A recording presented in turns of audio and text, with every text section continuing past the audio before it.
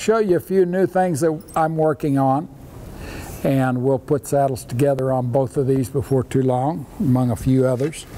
This isn't new. This is an English Hunter Fleece protector pad. Protector shields here and here that are configured differently than the Western ones you saw, but I've used these for a long time. Fact of it is, the English unit is the one that I first came up with to invent the protector the way it is today, with the slots, the molded shape to the horse that moves with the horse, and so on and so forth. So this is a new English tree that I've done. I'm going to put it on the horse here instead of on all these balance shims, which we don't need with this tree. But it is quite different from most English saddle trees in the fact that the tree has the shape underneath, not the stuffed panel on a flat little thin veneer wood bar that has little shape to it. So the shape is in this. This was made to go on a Shire stud, but it will work on almost any horse because of what I talked about in twist earlier. So you have no pinch. You have your contact. You have your protective shield under here.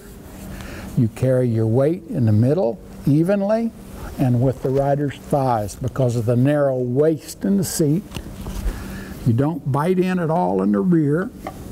And as the back comes up, everything works. Everything still has contact. We're going to be downhill there with this horse's back up enough, and we'll lift it a little bit to balance the rider just a tiny bit. If the protective shields don't just hold it up that much anyway. New English tree.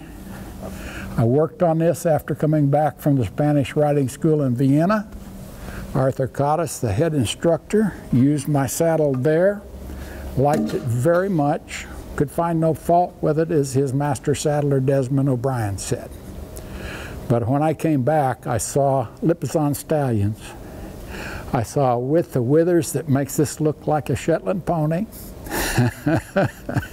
And I created that tree shape. Yet with the twist, it will work on this horse, it'll work on the Lipizzan stallion. Another tree that I have to build a saddle on. This is a Reining tree. I've actually had this tree since the year 2000 trip to Vienna, and making that English bar for the English saddle. I expanded that English bar into a Western saddle. This is a 16-inch seat here, and it will be for my new Reining saddle with the same narrow waist, the same twist that you just saw in the English tree. This will take some stuffed panels underneath to go ahead and flatten out the ends and leave room in the middle. The stuffing won't be quite as thick in the middle. And it will leave you with the feeling of riding bareback, which many of our saddles do. That cowboy dressage is on an English bar. So you get down and close. You feel your horse, you move better with your horse. Instead of being up here on a pile of pads and the base seat built into a regular saddle tree, the rawhide tree, if you would, Stinson. That one, yeah. Let me show you how saddles are normally made and have been for hundreds of years. Rawhide covered tree, just like this. To get a seat for the rider, and you'll notice there's no slots for the stirrup straps at all. So to get slots and recess the stirrup straps, get a seat for the rider, the first thing they do is they nail in a metal strainer. It nails in here and here. It has a cutout in it here, and it is rounded, and it sets up above this bar. They usually put it on a layer of leather, and then they build many layers of leather on top of it to round out the seat to make this shape feel narrow.